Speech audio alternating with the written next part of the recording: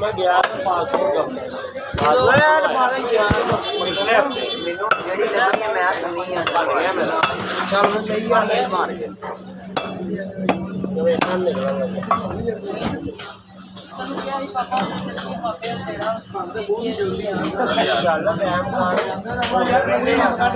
हाँ फिर साढ़े तो मिक्स होना खतरा सी है सारा नजर ही चिरे बड़ा मुश्किल होंगी रहना पैंदा एक चीज़ ज़्यादा चलती पाओ मैं अपना दसिया नहीं मैं दे के बाहर आ गया फिर उधर की होंगे की नहीं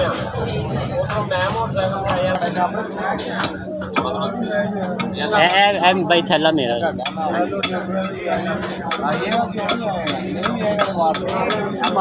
छुरी मेरी इतने खोल रहा हाँ मेरे भाई साहब भी बकरे देने ना उधरों किधर है ससुराल वालों अच्छा माशाल्लाह बड़ा हैवी पावा है बकरा भारा सी भाई साहब नाल भी भारी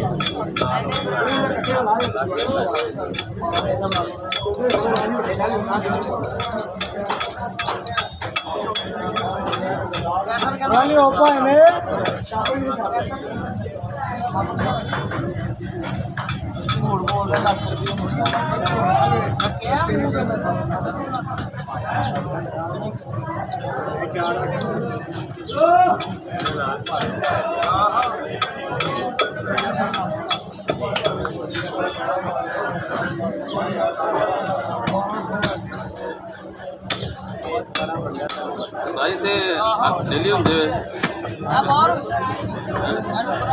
नहीं जी ये इसके बाद बंद हो